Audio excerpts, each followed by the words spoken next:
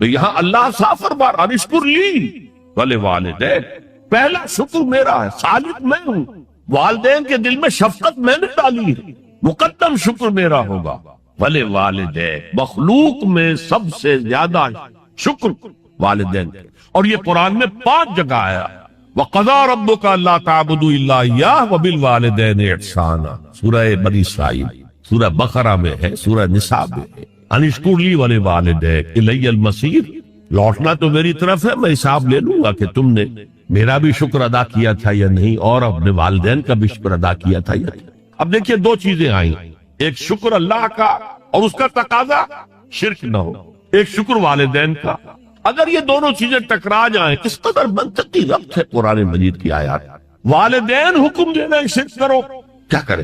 آپ کے علم میں ہوگا حضرت سعد بن ابی وقاص رضی اللہ تعالی عنہ، 10 مبشرہ میں نوجوان تھے، ایز اے ٹین ایجر ایمان لائے ہیں حضور۔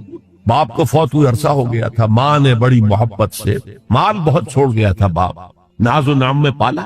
اب سعد ایمان لے آئے حضور پر، والدہ نے کہا تم نے اپنے باپ کے دین کو چھوڑ دیا، میں جان دے دوں گی اگر تم اس سے واپس نہ آئے، اور اپنے مشرکانہ عقائد کو تم نے دوبارہ اختیار نہ کیا، مرن برت رکھ لیا۔ اب کیا بیت رہی ہوگی، کس قدر سلیم الفطرت نوجوان تھا سعد، جو نوجوانی میں حضور پر ایمان لایا، لیکن فطرت کے اندر جو چیز مضمر تھی، والدین کا ادب، اللہ جسے اپنی طرف منسوب کر رہا ہے وہ فطرت ہے۔ اب یہ ٹکرا رہے ہیں، کیا کریں؟ آیت نازل ہوئی، اور یہ آیت سورہ عنکبوت میں بھی ہے، جیسا کہ میں نے بیان کی کہ نہیں، یہاں اگر وہ تمہیں مجبور کرے، جاہداکا کا لفظ بھی یہاں پہ نوٹ کیجئے، اگر تم سے جہاد کرے، یہ جہاد صرف مسلمان نہیں کرتا، جہاد تو کافر بھی کرتا ہے، مشرک بھی کرتا ہے، لیکن جہاد ہے، مجبور کر رہے ہیں، پریس کر رہے ہیں کہ اپنے آبائی دین میں واپس آ جائے۔ مصعب بن عمیر کو برہنہ مادر ذات کر کے چچا نے نکال دیا، نہایت ناز و نام میں پلا ہوا ایک نوجوان۔ نہرو جی کے بارے میں کہا جاتا ہے ان کے کپڑے پیرس سے سل کر آتے تھے، ان کا 200 درہم کا جوڑا شام سے تیار ہو کر آتا تھا۔ باپ اتنی دولت چھوڑ گیا، اور جہاں سے مصعب گزر جاتا تھا تو خوشبو اتنی رچی بسی ہوتی تھی ان کے لباس میں کہ پوری گلی، پورا بازار مہک جا رہا، لوگ ہاں مصعب جا رہا۔ جب ایمان لے آئے، چچا نے کہا دیکھو یہ ساری دولت تمہارے مشرک باپ کی، اب نکل جاؤ گھر سے، تمہارا کوئی حق نہیں ہے۔ اٹھ کر چلنے لگے، کہا یہ کپڑے جو تمہارے جسم پر ہے وہ بھی اسی مشرک باپ کے، اتار دو، اتار۔ مادر ذات برہنہ ہو کر ماں کے پاس آئے، انہوں نے آنکھوں پر ہاتھ رکھے، وہ سب کیا ہوا ہے؟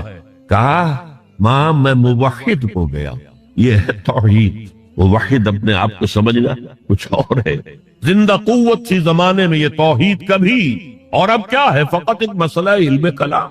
وَإِن جَاهَدَاكَ عَلَىٰ أَن تُشْرِكَ بِي مَا لَيْسَ لَكَ بِهِ عِلْمٌ فَلَا تُطِعْهُمَا۔ اچھا یہ 2 الفاظ آتے ہیں شرک کے بارے میں، مَا لَيْسَ لَكَ بِهِ علم، تمہارے پاس کوئی علم نہیں ہے ان ہستیوں کے بارے میں جن کے بارے میں کہا جاتا ہے کہ وہ خدا کی شریک ہے۔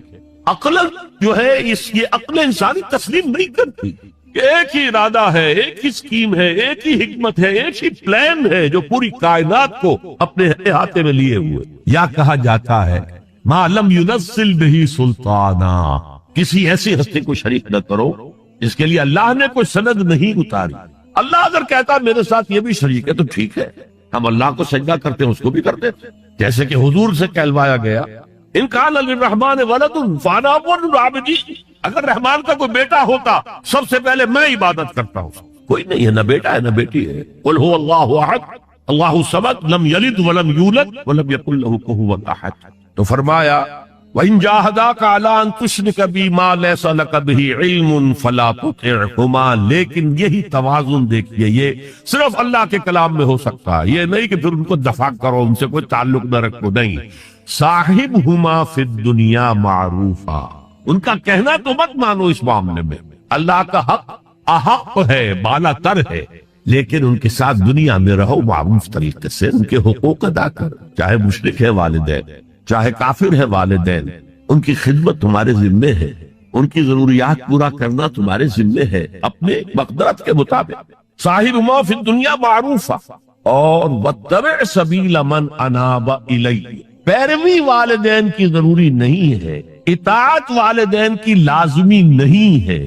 لا طاعت لمخلوق فی معصیت الخالق، کسی مخلوق کی اطاعت نہیں کی جا سکتی اگر اس سے خالق کی معصیت لازم آ رہی، تو والدین کے لیے بھی ہے۔ اطاعت مطلق نہیں ہے، پیروی ان کی ضروری نہیں ہے، پیروی اس کی کرو جس نے اپنا رخ میری طرف کر لی۔ ابھی اللہ کا کلام چل رہا ہے، درمیان میں جو آیا اتباع اس کی، دیکھو کون ہے جس نے اپنا رخ میری طرف کر لیا ہے، پیروی اس کی کرو، والدین کی نہیں۔ اسی لیے سورہ بقرہ کے 30 رکوع کی پہلی آیت جہاں حضور کی دعوت کا بیان ہے وہ کیا ہے؟ یا ایھا الناس اعبدوا ربکم الذی خلقکم والذین من قبلکم لعلکم تتقون، اے لوگو عبادت کرو، بندگی اختیار کرو، پرستش کرو اپنے اس رب کی جس نے تمہیں پیدا کیا، تم سے پہلوں کو بھی پیدا کیا۔ تمہارے آباء و اجداد بھی تو اسی کی مخلوق تھے، جیسے تم سے خطا ہو سکتی ان سے بھی ہو سکتی تھی، لہذا یہ دلیل نہیں۔ وہ کہتے تھے ما وجدنا علیہ آبانا، ہم تو اسی کی پیروی کریں گا جس میں ہم نے اپنے آباء و اجداد کو پایا، تو آباء و اجداد کی پیروی ضروری نہیں۔ واتبع سبیل من اناب الی ثم الی مرجعکم، پھر میری ہی طرف تم سب کو لوٹنا ہے، فانبئکم بما کنتم تعملون، پھر میں گنتی کر کر کے نبا تنبیہ پوری طرح بتا دینا، آگاہ کر دینا۔ ایک تنبیہ ہے، وارن کرنا، ایک تنبیہ ہے، یہ ہے خبر دے دینا پوری طریقے سے، وضاحت کے ساتھ، نبا سے ہے یہ۔ فَأُنَبِّئُكُم بِمَا كُنتُمْ تَعْمَلُونَ، جو کچھ کے عمل تم کرتے۔ اب اس کے بعد پھر حضرت لقمان کی نصیحت، یا بنی انہا ان تک مثقال حبۃ من خردل، اے میرے بچے، انہا اس میں عمل کا معاملہ، عمل سیئہ ہو یا حسنہ، ہا کی ضمیر مؤنث آئی ہے، انہا نیکی ہو یا بدی ہو، انہا ان تک مثقال حبۃ من خردل، اگر وہ رائی کے دانے کے ہم وزن بھی ہو، پھر وہ نیکی یا بدی، فتکن فی صخرۃ، کسی چٹان کے پیٹ میں گھس کر کیا گیا ہو، او فی السماوات، یا فضاؤں میں کیا گیا ہو، خلاؤں میں کیا گیا، او فی الارض، یا زمین کے پیٹ میں کیا گیا ہو، یات بہ اللہ، اللہ اسے لے آئے، کائے کے لیے لے آئے گا؟ جزا و سزا کے لیے لے آئے۔ انسانی اعمال میرے بیٹے یہ جان لو ضائع ہونے والی چیزیں نہیں، ان کے بدلے نکلیں گے، ان کے نتائج نکلیں گے، ان کے بدلے مل کر دیں۔ چھوٹی سی چھوٹی رائی کے دانے کے ہم وزن بھی ہو، مثقال ثقل سے، ثقل کہتے ہیں بوجھ، تو اگر وہ رائی کے دانے کے ہم وزن بھی ہوگا کہیں نہیں چھپے گا۔ اسی لیے آیا تھا وَمَن يَعْمَلْ مِثْقَالَ ذَرَّةٍ خَيْرًا يَرَهُ وَمَن يَعْمَلْ مِثْقَالَ ذَرَّةٍ شَرًّا يَرَهُ، کسی نے اگر ذرے کے ہم وزن نیکی کی ہوگی وہ بھی اپنے سامنے پائے گا، اور ذرے کے ہم وزن کوئی بدی کی ہوگی وہ بھی سامنے۔ ان اللہ لطیف خبیر، یقیناً اللہ تعالی لطیف ہے، باریک بین ہے، اور خبیر ہے، باخبر ہے ہر شے سے۔ لا یخفی علیہ شیء فی الارض ولا فی السماء، کوئی شے اس پر مخفی نہیں ہے، نہ زمین کی نہ آسمانوں کی۔ تیسری نصیحت، یا بنی اقم الصلاۃ وامر بالمعروف وانہی عن المنکر واصبر علی ما اصاب، اے میرے بچے نماز قائم رکھ۔ اب نماز سے مراد کون سی نماز؟ آپ اس سے اپنی نماز نہ سمجھیں، ہم سے پہلے بنی اسرائیل کے اندر کچھ اور نماز کی شکل تھی، ہمیں کچھ اور نماز کی شکل دی گئی ہے، ہمیں نماز کے اوقات اور دیے گئے، ان کے کچھ اور تھے، لیکن کیا شے مشترک؟ اللہ کے ساتھ ایک لا لگانے کی، اللہ کے ساتھ تجدید عہد کرتے رہنا، اللہ تعالیٰ کے ساتھ ایک تعلق قلبی اور ایک ربط ذہنی برقرار رکھنے کا کوئی نظام ہونا چاہیے، وہ ستون مانو اسے، الصلاۃ عماد الدین، تو نماز قائم رکھ، میں نے ترجمہ رکھ کیا ہے، کر نہیں۔ ظاہر بات ہے کہ لقمان بھی نماز پڑھتے ہوں گے، جو بھی نماز تھی ان کی، اور یقیناً ان کا بیٹا بھی پڑھتا ہو، اس لیے یہاں نماز قائم کر کی بجائے بہتر ترجمہ ہے نماز قائم رکھ۔ وامر بالمعروف ونہی عن المنکر، اب پھر فطرت کا معاملہ آ گیا۔ فطرت کا انسانی واقف ہے کہ یہ شر ہے، یہ خیر ہے، جسے میں نے اس سے پہلے کہا ہے کئی مرتبہ، بیسک ہیومن موریلٹی، جو پوری انسانیت کی میراث ہے، ہر مذہب میں وہی ہے، اسی کی بنیاد پر کچھ لوگ ڈیولپ کرتے ہیں فلسفہ وحدت ادیان، لیکن وہ بات درست نہیں ہے۔ البتہ یہ کہ جہاں تک بنیادی اخلاقی تعلیمات ہیں وہ مشترک ہیں، وہ انسانوں کی مشترک میراث ہے۔ جھوٹ مت بولو، سچ بولو، وعدہ خلافی نہ کرو، وعدہ پورا کرو، راہ میں کوئی بھٹک رہا ہو تو راستہ دکھاؤ، کوئی اندھا ہے تو انگلی پکڑ کر اسے سڑک پار کرا دو، یہ فطرت انسانی ہے۔ اس پہلو سے معروف کا لفظ آیا، نیکی کا لفظ نہیں آیا یہاں، جانی پہچانی شے۔ اذا ساعت کا سیئتوں کا وحرت کا حسنتوں کا فانت مومن، اگر تمہیں کوئی نیکی کا کام کر کے مسرت حاصل ہو، دل میں انشراح کہ اللہ نے مجھے توفیق دی، اور کوئی برا کام کر کے برا لگے یہ میں نے کیا کر دیا، نہیں کرنا چاہیے تھا، تو تم مومن۔ تو معروف شے ہے، جانی پہچانی چیز ہے نیکی، اور منکر ہے. فطرت انسانی عبادت کرتی ہے برائی سے. یہ علیحدہ بات ہے کہ انسان جو ہے اپنی فطرت کے خلاف چلتا ہے، اپنے مفادات کو دیکھتا، دنیا پرستی میں غرق ہو گیا ہے کہ اندر سے اس کا ضمیر کانشنس اسے ملامت کرتا ہے، تم غلط کام کر. پھر آیا بر میں ہم دیکھ سکے وہ اپنے آپ کو سیٹسفائی کرنے کے لیے کہتا میں فلاں فلاں نیکی کا کام بھی تو کر رہا ہوں، تو اتنا مضطرب کیوں ہے؟ تو یہ سارا معاملہ معروف منکر. یا بنی اقم الصلاۃ وامر بالمعروف وانہی عن المنکر. اے میرے بچے نماز قائم رکھیو، انتقال کے وقت کی یہ وصیت، اور نیکی کا حکم دیتا رہے، معروف شے کا پرچار کریو. یہ وہی مضمون آ گیا سورۃ العصر کا، والعصر ان الانسان لفی خسر الا الذین آمنوا وعملوا الصالحات وتواصوا بالحق وتواصوا بالصبر. یا بنی اقم الصلاۃ، یہ عمل صالح، شرک سے بچ گئے، یہ ایمان ہے، توحید ہے. وامر بالمعروف ونہی عن المنکر، حکم دے نیکی کا، بھلائی کا، معروف کا، اور روک منع کر منکر سے، جس سے ابا کرتی ہے انسان کی فطرت، جس میں وہ جانتی ہے کہ یہ کام اچھا ہے. وَاصْبِرْ عَلَىٰ مَا أَصَابَكَ، وہ صبر بھی آ گیا، وَتَوَاصَوْا بِالصَّبْرِ، اور پھر جو بیتے اس پر صبر کیجو. اس لیے کہ امر بالمعروف اور نہی عن المنکر بڑا کڑوا فعل ہے. یہ خاص طور پر نہی عن المنکر کسی کو اچھا نہیں لگتا، ریزنٹمنٹ ہوتی ہے. بچے بھی جیسا کہ میں عرض کر چکا ہوں، اگر آپ کہہ دیں بھئی یہاں مت کھیلو، یہ کھیلنے کی جگہ نہیں ہے، تو پھر اکثر و بیشتر اپنی عزت سلامت لے کر گھر جانا ممکن نہیں ہوگا. اور جو سب سے بڑا حق ہے، یہ زمین، یہ کائنات اللہ کی ہے، وہ اس کا حاکم ہے، اس کی حاکمیت قائم کرو. تو جو خدا بنے بیٹھے ہوں اپنی حاکمیت کا سکہ چلا رہے ہیں، وہ برداشت کریں گے؟ یہ دیکھیے عیسائیت میں بھی یہ تصور موجود. آخر ہے تو حضرت عیسیٰ نبی تھے نا، اللہ کے رسول تھے. ان کی جو سورہ فاتحہ ہے، جیسے ہماری نماز کی کوئی رکعت نہیں ہو سکتی سورہ فاتحہ کے بغیر، اسی طرح لارڈز پریئر ہے ان کی جو سورہ فاتحہ کی جگہ، اور اس میں یہ جملہ Thy kingdom come, Thy will be done on earth as it is in heaven. اے رب تیری حکومت آئے، تیری سلطنت آئے، جسے آسمانی بادشاہت بھی کہا گیا. اے رب تیری بادشاہی آئے، Thy kingdom come, Thy will be done on earth. تیری مرضی زمین پر بھی اسی طرح پوری ہو. As it is in heavens، جیسے آسمانوں میں پوری کائنات تو تیرے حکم کے آگے سر بسجود ہے. دنیا میں تیرے خلاف بغاوت ہو گئی. اے رب تیری حکومت یہاں بھی قائم ہو جائے، یہاں بھی تیری مرضی کے مطابق معاملات ہے. اب اس میں ظاہر بات ہے ریزنٹمنٹ ہوگا. جو خدائی کا تخت جمائے بیٹھے ہو، جن کے ویسٹڈ انٹرسٹ ہو، جو اس معاشرے میں پریولیج کلاسز ہو، وہ کبھی گوارا نہیں کریں گے. تو یہ معمولی سی ریزنٹمنٹ کے ساتھ ساتھ بڑے سے بڑے ٹارچر جائیں گے، سزائیں دی جائیں گی، مارا جائے گا، قتل کیا جائے گا، جیلوں میں بھرا جائے گا. لیکن فرمایا وَاصْبِرْ عَلَىٰ مَا أَصَابَكَ، جو بھی پڑے تم پر، پھر جیل اور برداشت کر. إِنَّ ذَلِكَ مِنْ عَزْمِ الْأُمُورِ، یہ بڑے عظیمت کے کاموں میں سے ہے. بڑے عزم اور ہمت کی ضرورت ہے، اس کی بڑی قوی قوت ارادی کی ضرورت ہے، بہت پختہ ڈٹرمینیشن کی ضرورت ہے. یہ معمولی باتیں نہیں ہیں. یا بنی اقم الصلاۃ وامر بالمعروف وانہی عن المنکر واصبر علی ما اصابک ان ذلک من عزم الامور. اب اس کے بعد دو چیزیں عام اخلاقیات، ولا تصعر خدک للناس، اپنے گال پھلا کر نہ رکھو لوگوں کے سامنے. اس لیے کہ جو شخص اس مقام پر پہنچ گیا ہے، اب اس پر شیطان کا حملہ ایک ہی ہو سکتا ہے، اور وہ یہ کہ تکبر پیدا ہو جائے. دوسرے انسانوں کو وہ حقارت سے دیکھے، یہ کن گندگیوں میں پڑے ہوئے، یہ نالی کے کیڑے ہیں. نفرت پیدا ہو جائے، تکبر پیدا. سعر جو ہے ایک بیماری کا نام تھا جو کہ گردن میں اونٹ کے ہوتی تھی، جس سے منہ ٹیڑھی ہو جاتی. تو یہ جسے آپ کہتے ہیں کج رخی، کج کلاہی، ٹوپی بھی کج رکھی ہوئی ہے، اور کوئی آپ سے بات کرتا ہے تو اس کی طرف منہ کر کے جواب نہیں دیتے، ایسے ہی جواب دے دیا. حضور کے بارے میں آتا ہے کہ کوئی بھی شخص اگر آپ سے بات کرتا تھا، آپ پورے اس کی طرف مڑ کر اس کی بات سنتے، یہ نہیں کہ بے اعتنائی کے ساتھ بس بات سن لی.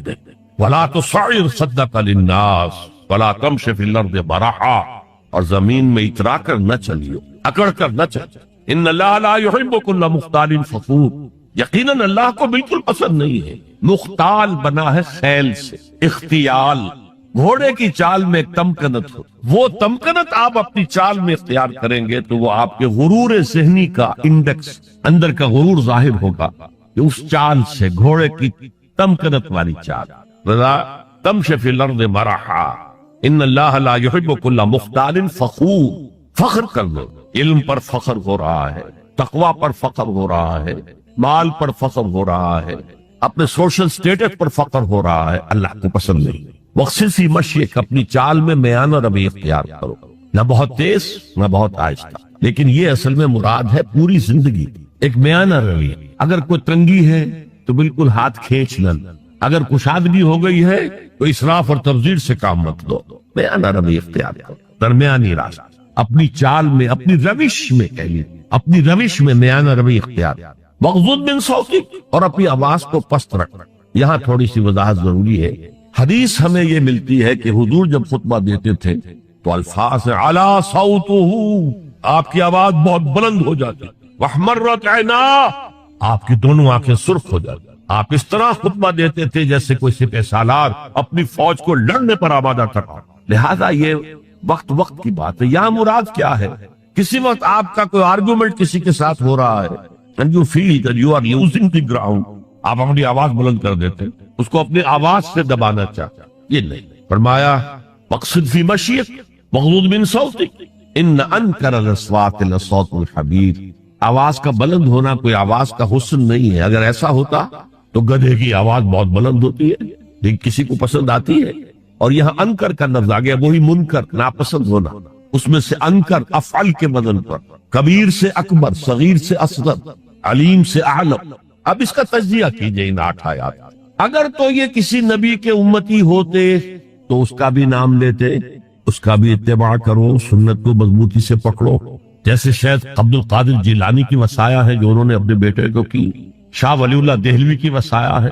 کسی نبی کے امتی ہوتے تو یہ کہتے، نبی ہوتے تو جو کتاب اتری ہوتی کہتے تمسک بالکتاب، دیکھنا مضبوطی سے پکڑے رکھنا کتاب، یا خذ الکتاب بقوہ وآتیناہ الحکم صبیا، کتاب کو مضبوطی سے تھام۔ اس کی کوئی یہاں تلقین نہیں ہے۔ اچھا، جزائے اعمال کے بارے میں تو کہا اعمال ضائع نہیں ہوں گے، انسانی اعمال نیکی کے ہوں بدی کے، ان کا نتیجہ نکل کر رہے گا، لیکن یوم قیامہ، آخرت، وزن اعمال، جنت، دوزخ، جو امور صرف نبی کے ذریعے معلوم ہو سکتے ان میں سے کسی ایک کا بھی ذکر نہیں۔ لہذا نہ وہ کسی نبی کے امتی تھے نہ خود نبی، صرف فطرت، عقل سلیم، فطرت سلیمہ کی روشنی میں جہاں تک انسان پہنچ سکتا ہے اس کو یہاں بیان کر۔ اب نوٹ کیجئے ایک نقطہ، سورہ فاتحہ جو ہماری نماز کا جزو لازم، اس میں یہی بات آپ کو ملے گی۔ ایسا شخص ہے جو پڑھ رہا ہے الحمدللہ، وہ کہہ رہا ہے حمد الحمدللہ رب العالمین، کل شکر، کل ثنا اللہ کے لیے ہے جو تمام جہانوں کا رب ہے، الرحمن الرحیم، مالک یوم الدین، ایاک نعبد و ایاک نستعین۔ اب اہدنا الصراط المستقیم جو کہہ رہا ہے وہ کاہے کے لیے کہہ رہا ہے؟ یہ کس شخص کو ریپرزینٹ کیا جا رہا ہے؟ کون ہے یہ؟ کس کی دعا یہاں نقل کی جا رہی ہے؟ یہاں کل بھی نہیں ہے، ورنہ آخر میں قل اعوذ برب الفلق، قل اعوذ برب الناس، وقل رب زدنی علما، یہاں تو نہیں ہے۔ اور یہ پورے قرآن مجید کی ام الکتاب الفاتحہ، الشافیہ، الکافیہ، ام الکتاب، اس کا اصل مخاطب نوٹ کیجئے، قرآن مجید کا اصل مخاطب وہ سلیم الفطرت اور سلیم العقل انسان، جن کے اندر نیکی بدی کا شعور بھی موجود ہو، جو نیکی کی راہ پر چلنا چاہیں اور بدی سے بچنا چاہیں، وہ جو یہاں آیا، پھر وہ اللہ سے عہد کر کے اللہ تیری ہی بندگی کریں گے، پرستش کریں گے، تیرا شکر کا حق یہی ہے کہ تیری بندگی کریں، تیرا ہر حکم مانا۔ البتہ یہ کام بہت مشکل ہے، زندگی کے ہر معاملے میں تیرا حکم ماننا آسان نہیں، لہذا تجھ ہی سے مدد چاہتے، ایاک نعبد و ایاک نستعین۔ جیسے کہ حضور ہر نماز کے بعد دعاؤں جو مانگتے تھے ان میں سے اللہم اعنی علی ذکرک و شکرک و حسن عبادت، اے اللہ میری مدد فرما کہ میں تیرا ذکر کر سکوں، تیرا شکر ادا کر سکوں، کما حقک، جیسا کہ تیرا حق ہے، اور حسن عبادت کا حق ادا کر سکوں۔ اب وہ ہدایت جو مانگی جا رہی ہے وہ انفرادی بھی معاملات ایسے ہوتے ہیں کہ جن میں انسان گھبرا جاتا ہے کہ یہ نیکی ہے یا بدی ہے۔ حضور نے فرمایا الحلال بین الحرام بین وبینہما مشتبہات، یہ جو درمیان میں آدمی کھڑا ہو جاتا ہے ٹھٹک کر، اور پھر سب سے بڑھ کر نظام اجتماعی، اس تک عقل رہنمائی نہیں کر سکتی۔ عقل انسانی مجبور ہے کہ گھٹنے ٹیک کر اللہ سے دعا کرے اہدنا الصراط المستقیم۔ یہ 3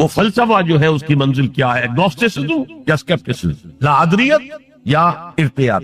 پھر اس نے ایک کتاب لکھی بعد میں، کرٹیک آف پریکٹیکل ریزن۔ اس نے کہا کہ عملی طور پر انسان اخلاق حسنہ اختیار کر ہی نہیں سکتا جب تک کہ خدا کو نہ مانے۔ یہ نیسیسٹی ہے انسان کو کہ مانے۔ علامہ اقبال نے اس کو تسلیم کیا ہے کانٹ کے اس دعوے پہ۔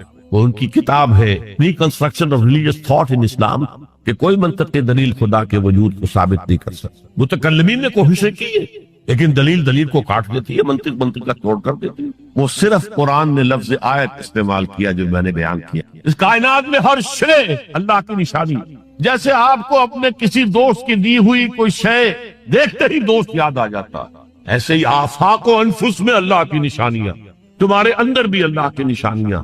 ذرا توجہ تو کرو، آفاق کو دیکھو، کھول آنکھ، فلک دیکھ، زمین دیکھ، فضا دیکھ۔ افلا ينظرون الى الابل كيف خلقت والى السماء كيف رفعت والى الجبال كيف نصبت والى الارض كيف سطحت فذكر انما انت مذکر۔ کیا یہ دیکھتے نہیں، غور نہیں کرتے اونٹ کو کیسے پیدا کیا گیا، کتنا اپنے ماحول کے ساتھ مناسبت رکھتا، 7 دن نہ کچھ کھانے کو ملے نہ پینے کے ملے، اسے کوئی پرواہ نہیں۔ اس صحرا لخودق صحرا کا جہاز، وہ دیکھتے نہیں آسمان کیسے بلند کر دیا گیا، دیکھتے نہیں پہاڑ کیسے گاڑ دیے گئے، دیکھتے نہیں زمین کیسے پھیلا دی گئی۔ نبی آپ یاد دہانی کرائیے، یہ نشانیوں کی طرف متوجہ کر دیجئے۔ آپ سوائے یاد دہانی کرانے والے کے اور کچھ نہیں ہے، آپ کے ہاتھ میں اختیار نہیں ہے کہ آپ اللہ کو منوا لیں، یہ تو تمہارے اندر سے فطرت سے ابھر کر گواہی آئے گی۔ اب دیکھیے اس کے لیے آیت، جسے میں یہ قرآن مجید کی طویل آیات میں سے، جیسے آیت البر ہم نے پڑھی، ان فی خلق السماوات والارض واختلاف اللیل والنہار والفلک التي تجری فی البحر بما ينفع الناس وما انزل اللہ من السماء من ماء فاحیا به الارض من بعد موتها وبث فیہا من کل دابۃ وتصریف الریاح والسحاب المسخر بین السماء والارض لآیات لقوم یعقلون۔ یقیناً آسمان اور زمین کی تخلیق میں، رات اور دن کے الٹ پھیر میں، اس کشتی یا جہاز میں کہ جو پیسہ سامان لے کر چل رہی ہوتی، جو لوگوں کو نفع پہنچاتی، اور وہ جو اللہ نے آسمان میں سے پانی اتارا اور اس سے زمین کو اس کی موت کے بعد زندہ کر دیا اور زمین میں پھیلا دی ہر طرح کے جاندار، اور یہ ہواؤں کا چلنا۔ کسی مصور کی تصویر دیکھی، تعریف تصویر کی کرتے ہو یا مصور کی کرتے ہو؟ مصور کا کمال ہے، تصویر میں کیا ہے؟ ہاں وہ اپنے منہ سے بول رہی ہے، اپنی زبان حال سے اپنے بنانے اپنے مصور کی تعریف کر رہی، تو کائنات کا ذرہ ذرہ اللہ تعالیٰ کی نشانیوں پر۔ شیخ سعدی نے کہا، بڑا پیارا شعر ہے، برگ درختان سبز در نظر ہوشیار ہر ورق گفترست از معرفت کردگار۔ یہ جو سبز درختوں کے پتے ہیں، ایک نگاہ ہوشیار جو کہ ان کی حقیقت کو پہچان سکے، اس کے نزدیک ہر پتا معرفت کردگار کا ایک بہت بڑا دفتر۔ اور آج ہمیں معلوم ہے ہر پتا ایک فیکٹری ہے، فوٹو سنتھسس کا عمل اس میں ہو رہا، سورج کی انرجی کو جذب کیا جاتا۔ برگ درختان سبز در نظر ہوشیار ہر ورق دفترست از معرفت کردگار۔ وہ جو آیت میں نے آپ کو سنائی اسے میں نے نام دیا ہے آیت الآیات۔ اتنی آفاقی آیات کسی اور آیت میں جمع نہیں کی گئی جتنا بڑا گلدستہ ہے۔ ان فی خلق السماوات والارض واختلاف اللیل والنہار والفلک التي تجری فی البحر بما ينفع الناس وما انزل اللہ من السماء من ماء فاحیا به الارض بعد موتها وبث فیہا من کل دابۃ وتصریف الریاح والسحاب المسخر بین السماء والارض لآیات لقوم یعقلون۔ دوسری طرف تمہارے اندر بھی سنوریہم آیاتنا فی الآفاق وفی انفسہم، بے دل نے خوب کہا تھا، یہ چوٹی کے شعراء میں سے رہے ہندوستان کے، یہاں تک کہ غالب کو کہنا پڑا کہ طرز بے دل میں ریختہ لکھنا اسد اللہ خان قیامت ہے، آسان نہیں ہے طرز بے دل میں اردو میں شاعری کرنا۔ وہ فارسی کے شاعر، ستمست گر حوست کشت کے بسیر سرگ و سمندرا تجھے غنچہ کم نہ دمیدئی در دل کشا پچمن درا۔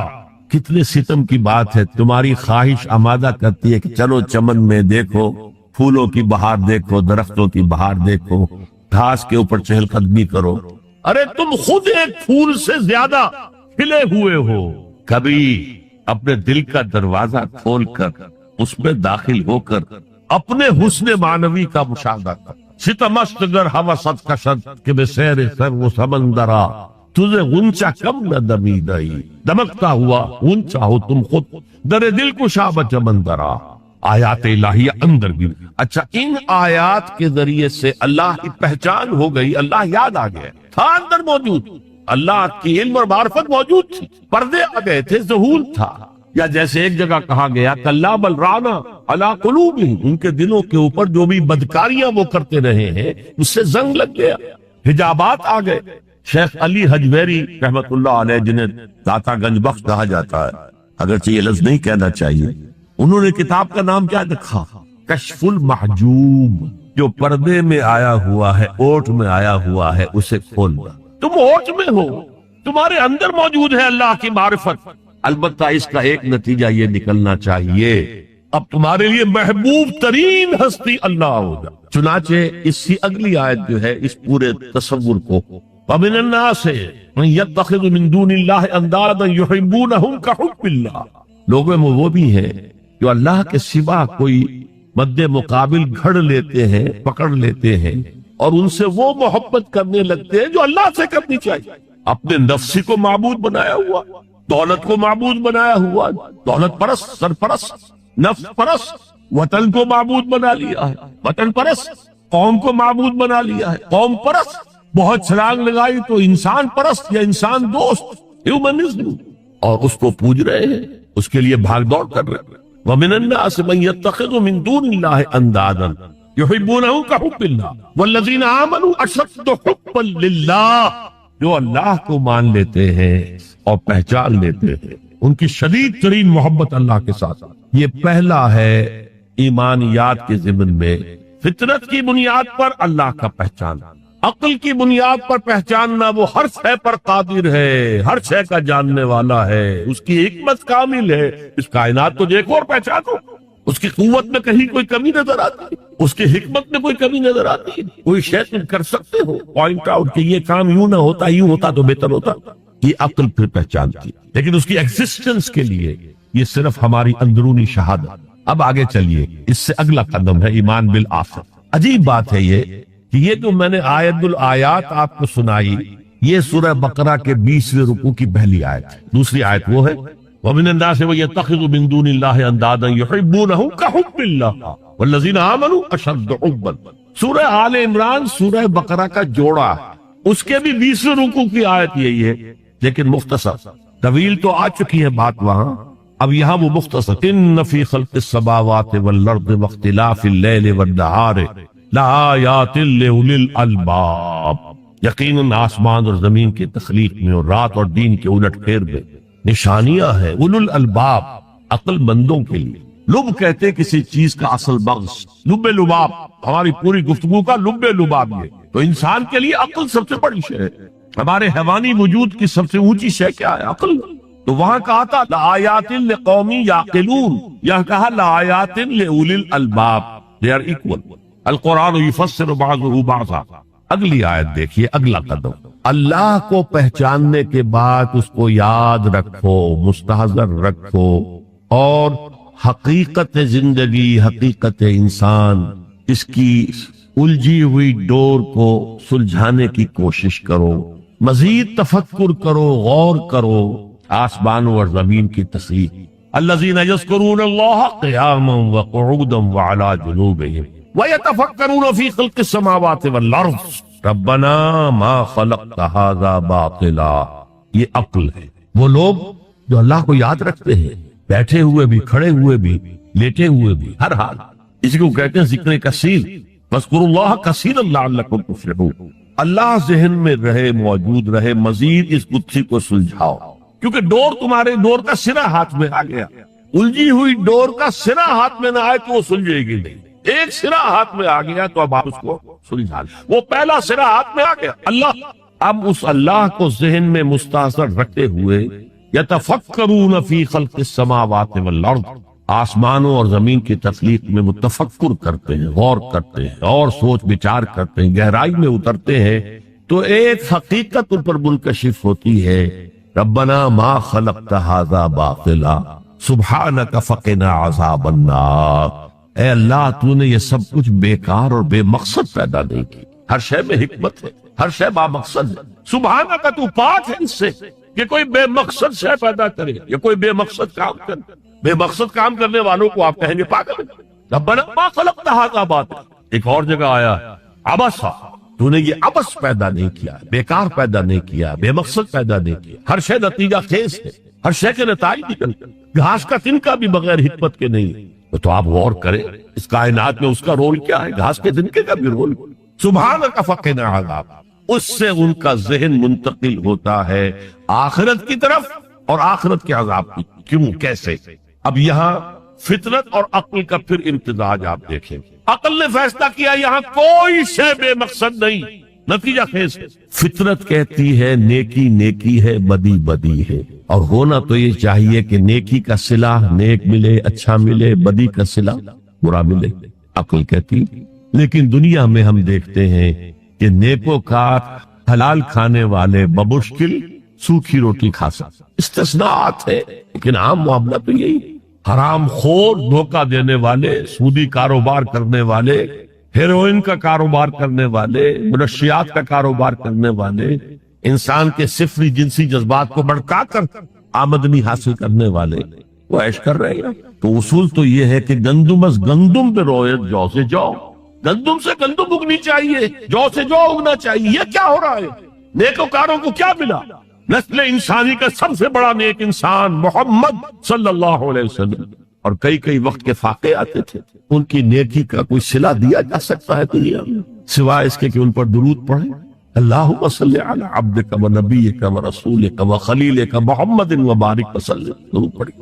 اور بدترین انسانوں کو آپ کیا سزا دے سکتے ہیں؟ ہٹلر نے اگر خودکشی نہ کی ہوتی تو آپ اگر فورسپ سے لے کر اس کا ایک ایک رواں نکالتے اور اس کے مسلز کا بھی ایک ایک جو ہے علیحدہ کر دیتے تو کیا اس کے جرائم کی سزا ہو جاتی؟ کروڑوں انسان قتل ہوئے، لاکھوں نہیں، پورا یورپ برباد ہوا ہے، تباہ ہوا، خود اس کا ملک جو ہے وہ سب سے زیادہ تباہی کا جو ہے وہ نشانہ بنا۔ تو دنیا میں ہم نے جزا و سزا کا کچھ نظام قائم کیا ہے، لیکن یہاں نہ جزا اتنی دی جا سکتی ہے جتنا کہ کوئی شخص مستحق ہے۔ اس نے پوری زندگی اسی میں لگائی کہ خیر کا پرچار کیا اور بدی سے روکا دو، یہی اپنا وقت صلاحیت وہ پیسہ کمانے میں خرچ کر سکتا تھا، اس نے لگا دیا اپنے آپ، کون اسے صلہ دے گا یا اور کیا صلہ ہوگا اس؟ اور جن لوگوں نے لوگوں کو گمراہ کیا، شیطان کے چیلے بن گئے، ہزاروں لاکھوں انسانوں کو گمراہی کی طرف دھکیل دیا، ان کو یہاں کیا سزا دیا؟ لہذا ثابت ہوا یہ دنیا نامکمل ہے، ایک دنیا ایک عالم اور ہونا چاہیے، اور وہ ابدی ہونا چاہیے تاکہ پوری پوری بھرپور سزا ملے اور پورا پورا بھرپور اجر دیا جائے۔ یہ ہے منطق اور عقل کا خیر و شر، یہ فطرت خیر خیر ہے، شر شر۔ آج کل کی دنیا میں تو کہہ دیا جاتا ہے nothing is good or bad, only thinking makes it so۔ نہیں، نیکی نیکی ہے، بدی بدی ہے، اور انسان فطری طور پر جانتا ہے یہ نیکی ہے، یہ بدی ہے۔ یہ مورل لا ہے، میں نے کانٹ کا حوالہ دیا، دی مورل لا ود ان، ہمارے اندر ہے۔ اس کا تقاضا یہ ہے کہ نیکوکاروں کو ان کی نیکی کی جزا ملے، بدکاروں کو ان کی بدی کی سزا۔ وہ یہاں پورا نہیں ہوتا، اول تو مجرم پکڑے ہی نہیں جاتے، پھر رشوتوں کے دھندے ہیں چھوٹ جاتے ہیں، ججوں کو خرید لیا جا سکتا ہے، بڑا جو باہر وکیل ہے وہ جتنے گواہ کھڑے ہیں اس مجرم کے خلاف ان سب کو کاٹ لیتا ہے جرح کر کے۔ فرض کیجئے یہ سارے مرحلے طے کر لیے، میں نے مثال دی تھی، ایک بوڑھا آدمی ہے جس نے جوال کو قتل کر دیا، آج کل کیا ہوتا ہے کہ انگلی کی حرکت ہی ہے نا، پسٹل سے شوٹ کر دی۔ اب آپ نے فرض کیجئے سارے مراحل طے کر کے اسے پھانسی کی سزا دے دی، تو کیا سزا بنی اس کی؟ وہ زندگی گزار چکا، کھا پی چکا، اپنے بچوں کو پال پوس چکا، وہ بچے اپنی اپنی جگہ پر ہیں، اس کی بیوی بھی یا بوڑھی ہے یا مر چکی ہے، اور اس نوجوان کا جوان بیوی جو ہے وہ بیوہ ہوئی، چھوٹے چھوٹے بچے یتیم، اور یہ بچے اب باپ کی شفقت اور باپ کی نگرانی سے سر پر سایہ نہیں رہا ہے باپ کا، اور ان کے آوارہ ہونے کا امکان بہت شدید ہے۔ وہ آوارہ ہوں گے تو کہاں کہاں تک ان کی آوارگی معاشرے کے اندر گندگی پھیلائے گی۔ انسان کے اعمال ایک وہ ہیں جو اپنی زندگی میں آگے بھیجتا ہے، میرے اور آپ کے اعمال جمع ہو رہے ہیں، کریڈٹ اور ڈیبٹ ہو رہا ہے، وہاں حساب کتاب ہو رہا ہے۔ ایک وہ اعمال کے اثرات ہیں جو پیچھے چھوڑ کر جاتے ہیں، بما قدم واخر، وہ جو پیچھے اثرات ہیں، آج جو کوئی نماز پڑھ رہا ہے وہ حضور کے طفیل ہی پڑھ رہا ہے، جو روزہ رکھ رہا ہے وہ حضور کے طفیل روزہ رکھ رہا ہے، حضور ہی نے سکھایا تھا۔ اس لیے کہتے ہیں اللہم صلی علی محمد بعدد من صلی وصام، بارک علی محمد بعدد من قام، سجدہ و قام کہہ لیجئے، رکع و قام کہہ لیجئے۔ اے اللہ محمد پر درود بھیج ان سب کی تعداد کے حساب سے جو نماز پڑھ رہے ہیں، روزہ رکھ رہے ہیں، اس لیے کہ وہ محنتیں مشقتیں 23 برس کی تھیں جن کا یہ نتیجہ نکل رہا۔ تو یہ ہے ایمان باللہ سے ایمان بالآخرت تک فطرت اور عقل کی رہنمائی۔ الذین یذکرون اللہ قیاما وقعودا وعلی جنوبہم ویتفکرون فی خلق السماوات والارض ربنا ما خلقت هذا باطلا سبحانك فقنا عذاب النار ربنا انك من تدخل النار فقد اخزيته وما للظالمين من انصار۔ اے اللہ جن کو بھی تو جہنم میں داخل کر دے گا ان کو تو رسوا کر دے گا، وہ رسوا ہو جائے گا، اور ایسے ظالموں کا کوئی مددگار نہیں، کوئی تیرے فیصلے کو بدلنے والا نہیں ہوگا، کوئی تیری احتساب کے راستے میں حائل ہونے والا نہیں ہوگا، کوئی تیرے محاسبے کے رخ کو موڑنے والا نہیں ہوگا، کوئی مددگار۔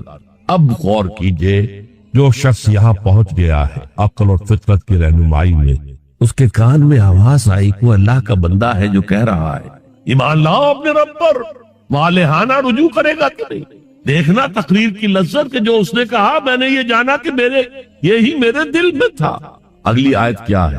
ربنا اننا سمعنا منادیا ینادی للایمان، پروردگار ہم نے ایک منادی کرنے والے کی ندا سنی، وہ ایمان کی ندا لگا رہا تھا، ایمان کی صدا بلند کر رہا تھا۔ ان آمنوا بربکم، اپنے رب پر ایمان لاؤ، فآمنا۔ یہاں میں تھوڑا سا آپ کو بتا دوں کہ ایمان کے لفظی معنی کیا ہے اور ایمان کے اصطلاحی معنی کیا۔ ایمان بنا ہے امن سے، امن یا امنو، اس کے معنی خود امن میں ہونا۔ آمنن یہ اس کا اسم فاعل ہے جو امن میں ہے۔ آمن یومنو یہ فعل متعدی ہے، کسی کو امن دینا، اور اس کا اسم فاعل ہے مؤمن، امن دینے والا، اور اللہ کا نام ہے المومن، وہ امن دینے والا ہے، پیس گیور، شانتی دینے والا، اطمینان دینے والا۔ اچھا، جیسے انگریزی میں ہے ورب کے بعد پروپوزیشن سے مفہوم بدلتا ہے، عربی میں بھی ہے، لیکن انگریزی اور عربی میں فرق یہ ہے کہ وہاں مفہوم اتنی دور چلا جاتا ہے کہ اس کا وہ اصل روٹ سے کوئی تعلق نہیں رہتا۔ یہاں یہ نہیں ہے، یہاں درخت کی برانچنگ ہو جائے گی، شاخیں ہوں گی، لیکن جڑ سے جو اصل سے حرفی روٹ ہے، جو مادہ ہے امن، اس سے تعلق منقطع نہیں ہو۔ انگریزی میں ٹو گیو کے معنی کچھ اور ہے، ٹو گیو اپ وہ تعلق ہے گیو اپ اور گیو میں، ٹو گیو ان وہ تعلق ہے گیو میں اور گیو ان میں۔ مفہوم بدل گیا کہ نہیں؟ تو گیو اپ کسی چیز کو دے دینا، چھوڑ دینا، دفع کرنا، کوئی جد و جہد تھی ترک کر دیا، give up, give up, give in کسی کے سامنے سر جھکا دینا، اطاعت قبول کرنا۔ عربی میں ایمان کے ساتھ اگر بے لگ جائے، با عربی میں اسے با کہیں گے، یا لام لگ جائے تو اس کے معنی ہے کسی کی تصدیق کرتا۔ آمنہ بہی، اس نے اس کی تصدیق کی، یہ گہری تصدیق ہوتی ہے وثوق کے ساتھ۔ آمنہ لہو، اس کی تصدیق کی، لیکن یہ سرسری تصدیق ہوتی ہے، لام کے ساتھ سرسری اور بے کے ساتھ بڑے گہرے یقین اور وثوق کے ساتھ تصدیق۔ اب دیکھیے امن سے کیا تعلق رہا؟ کسی شخص نے آ کر کوئی خبر دی، آپ نے مان لی تو امن ہے، آپ نے کہا جھوٹ بول رہا، شروع ہو گیا کانفلکٹ، آپ نے اس کی بات مان لی، کوئی جھگڑا نہیں۔ کسی نے آ کر کوئی دعویٰ کیا، میں نے یہ کیا ہے، جھوٹ بولتے ہو، کچھ نہیں کیا تم نے، خام خواہ کو، لیکن اگر مان لے کہ ہاں تمہارا دعویٰ ٹھیک ہے، ہم قبول کرتے ہیں، تو امن ہے، امن دے دیا آپ نے اس کو۔ یہ تو لغوی بحث ہو گئی۔ امن کا مادہ امن، امنہ یا امنو ثلاثی مجرد میں امن میں ہونا، آمن اس سے اس میں فاعل، آمن یومنو ایمانن باب فعال، کسی کو امن دینا، اس میں فاعل مومن، المومن اللہ کا نام۔ ایمان کے ساتھ با یا لام لگ گیا تو تصدیق، با کی کے ساتھ ہے تو گہری تصدیق، وثوق کے ساتھ تصدیق، اور لام کے ساتھ ہے تو سرسری سے تصدیق۔ اب ایمان کا اصطلاحی مفہوم کیا ہے؟ تصدیق بما جاء بہ النبی صلی اللہ علیہ وسلم۔ ایمان کا تعلق رسول کے دعوے سے ہے، نبوت کے دعوے سے ہے، اس کی تصدیق کر دینا ایمان، اور جو کچھ وہ بتا رہا ہے اس کو ماننا ایمان۔ تصدیق تصدیق بما جاء بہ النبی صلی اللہ علیہ وسلم، یہ تصدیق ہے۔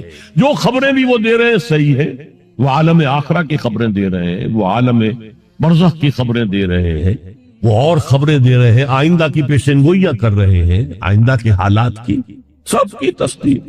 ویسے تو یہ کہ یہ تصدیق حضور بما جاء، جو بھی لائے حضور، لیکن حضور لائے ہیں عمل بھی اور فکر و نظر کا سامان بھی، وہ فلسفیانہ سوالوں کا جواب بھی، میٹا فزکس بھی لے کر آئے۔ ایمان کا جو ہے اطلاق وہ صرف میٹا فزیکل جو تعلیم ہے اس پر ہوتا، اور وہ تمام نبیوں کی ایک ہی رہی ہے۔ اللہ پر ایمان، جو وقت کا رسول ہے اس پر ایمان، جو بھی کتاب ہے اس پر ایمان، آخرت کا ایمان، بعث بعد الموت کا ایمان، اسی طریقے سے جنت اور دوزخ کا یقین، حساب کتاب کا یقین، وزن اعمال کا یقین، یہ چیزیں ہیں کہ جو ایمان میں اصطلاحاً شامل ہے، اگرچہ وہ اصطلاح جو ہے وہ کور کرتی ہے شریعت کو بھی، احکام کو بھی، ڈوز کو بھی، ڈونٹس کو بھی، یہ کرو یہ نہ کرو، لیکن جو استعمال ہے وہ در حقیقت ایمان کا اس میٹا فزیکل کانسیپٹ پر۔ اب یہاں فرمایا ربنا اننا سمعنا منادیا ینادی للایمان ان آمنوا بربکم فآمن، پروردگار ہم نے سنا ایک منادی کرنے والے کو، وہ ندا لگا رہا، صدا لگا رہا ایمان کی، پھیلاؤ ایمان اپنے رب پر، یقین کرو اپنے رب پر،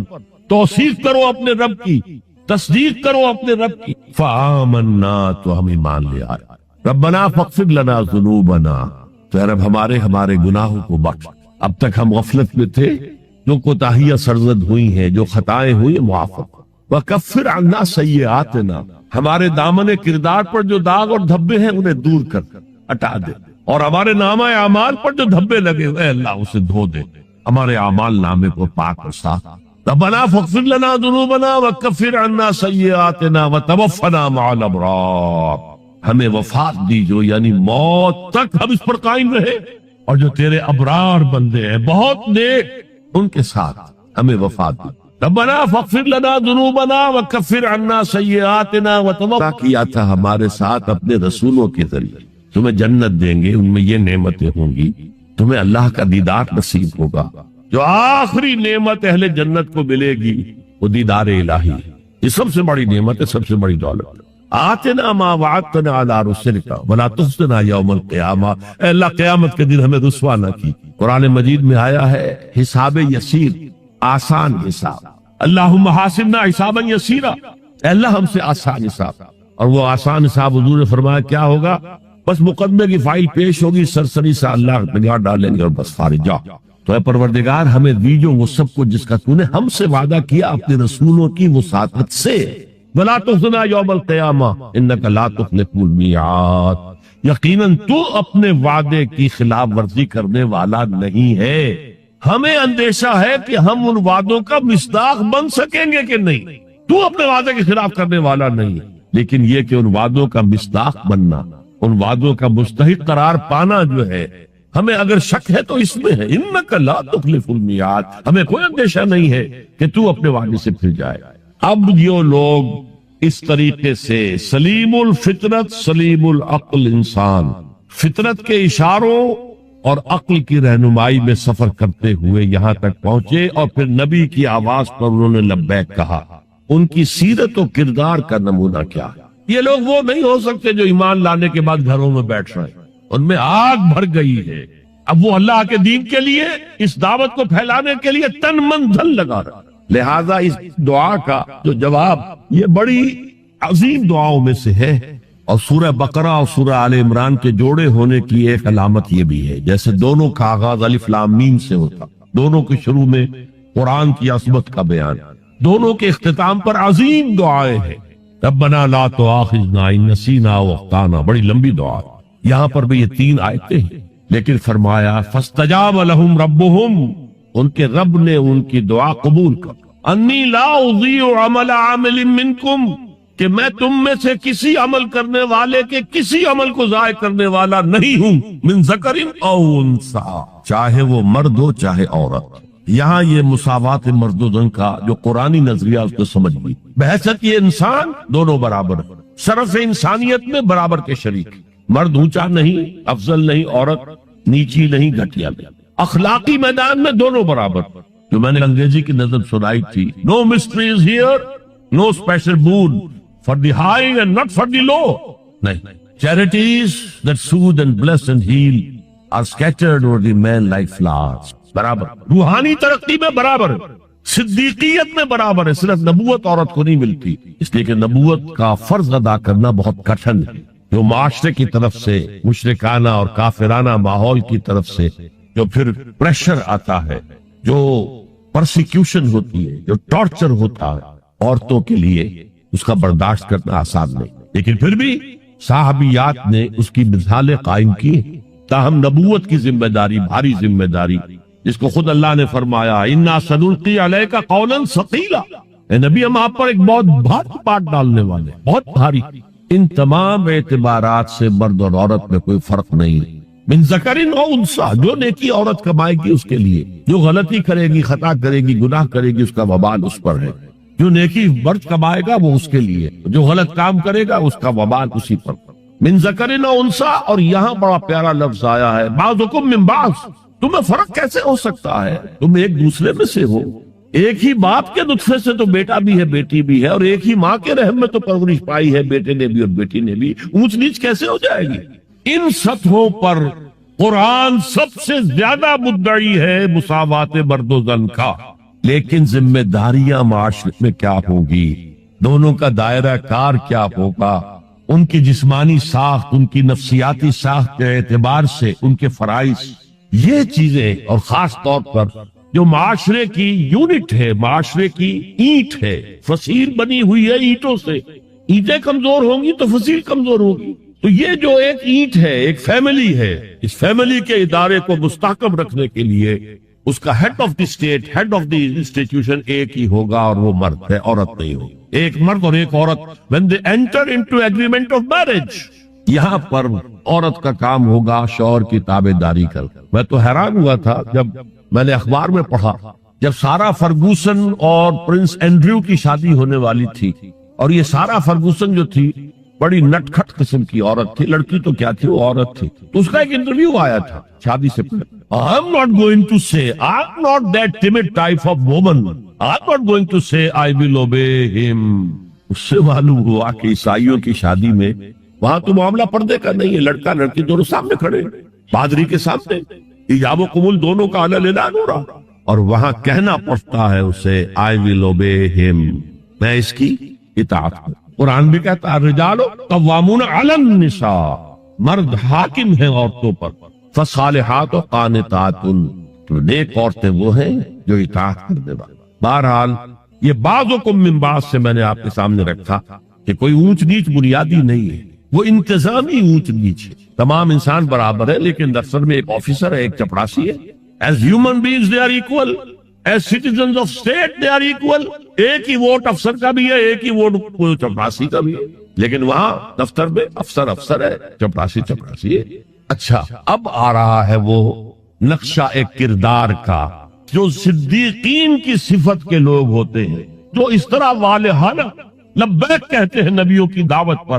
ان کا کردار کیا ہوتا ہے؟ فَالَّذِينَ هَاجَرُوا وَأُخْرِجُوا مِن دِيَارِهِمْ وَأُوذُوا فِي سَبِيلِي وَقَاتَلُوا وَقُتِلُوا لَأُكَفِّرَنَّ عَنْهُمْ سَيِّئَاتِهِمْ وَلَأُدْخِلَنَّهُمْ جَنَّاتٍ تَجْرِي مِن تَحْتِهَا الْأَنْهَارُ ثَوَابًا مِنْ عِنْدِ اللَّهِ وَاللَّهُ عِنْدَهُ حُسْنُ الثَّوَابِ. تو میں تو کسی بھی عمل کرنے والے کے کسی چھوٹے سے چھوٹے عمل کو بھی ضائع کرنے والا نہیں. یہ تو ہم سورہ لقمان کے رکوع میں پڑھ چکے. کجا وہ لوگ جنہوں نے ہجرت کی اللہ کی راہ میں گھر بار چھوڑ کر اور اہل و عیال کو چھوڑ کر, مکے کے بھیڑیوں کے رحم و کرم پر چھوڑ کر اللہ کی راہ میں ہجرت. فالذین ہاجروا واخرجوا من دیارہم, یا زبردستی نکال باہر کیے گئے اپنے گھروں سے. وَأُوذُوا فِي سَبِيلِي, جنہیں ایذائیں پہنچائی گئی ہیں میرے راستے میں, جو بیتی تھی بلال ابن رباح پر, جو بیتی تھی خباب بن الارت پر, جو بیتی تھی حضرت یاسر پر, حضرت سمیہ پر.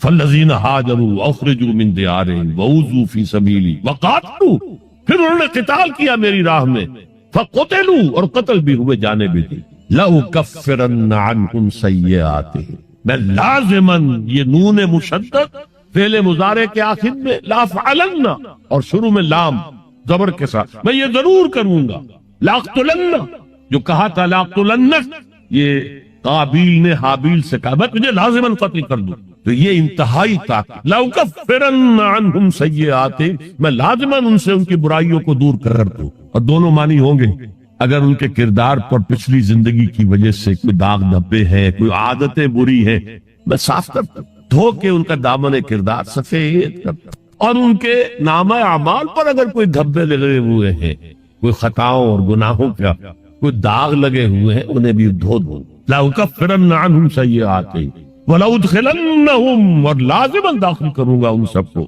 جنات تجری من تحتها الانہار، ان باغات میں جن کے نیچے ندیاں بہتی ہوں، ثوابا من عند اللہ واللہ عنده حسن الثواب، اور یہ بدلہ ہوگا اللہ کے پاس سے، اور یقیناً اللہ ہی تو ہے جس کے پاس بہترین بدلہ۔ تم اپنے آپ کو اولاد میں انویسٹ کر دیتے ہو، اپنی پوری جوانی کی قوتیں اولاد کے اوپر صرف کر دیتے ہو، اولاد کتنی ایسی ہے جو والدین کی خدمت کرے پھر بڑھاپے میں، وہ بدلہ دے سکتی؟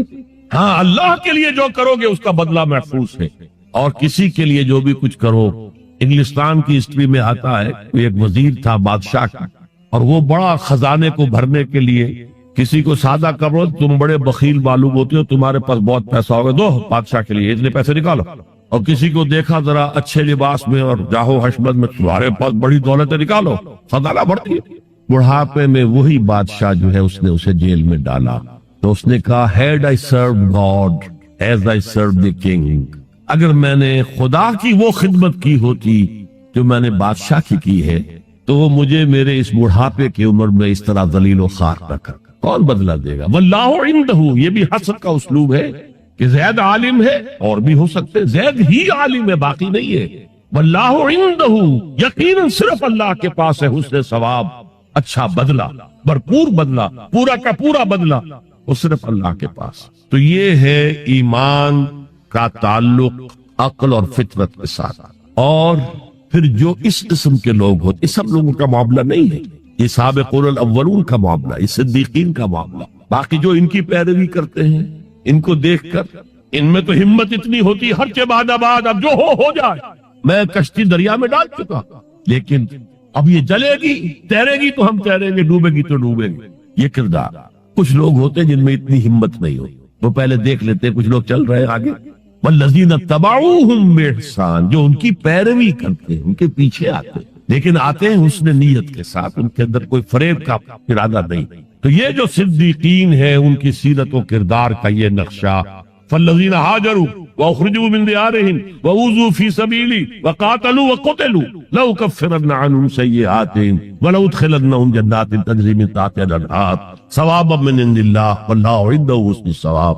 تھوڑا سا اشارہ ادھر بھی کر دوں، ان تمام کاموں میں عورتیں مردوں کے ساتھ شریک رہی۔ ہجرت حضرت عثمان نے کی تو ساتھ آپ کی اہلیہ حضرت رقیہ، حضور کی نور چشم، وہ بھی ساتھ تھی۔ ابو سفیان کی بیٹی ام حبیبہ اپنے شوہر کے ساتھ تھی، ہجرت میں شریک ہے مرد اور عورتیں۔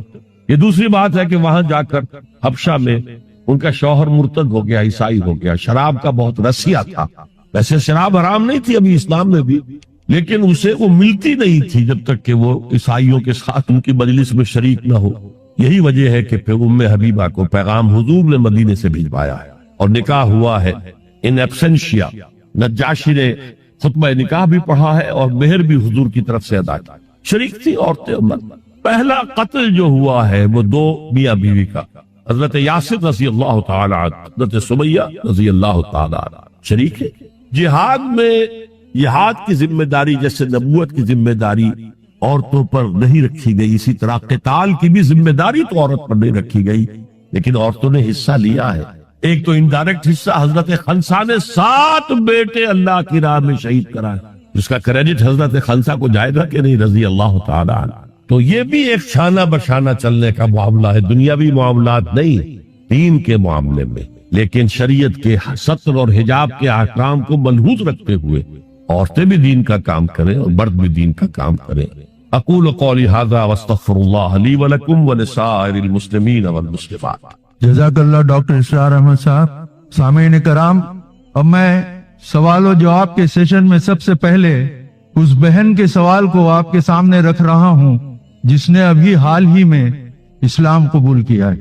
اس خاتون کا نام ہدا ہے.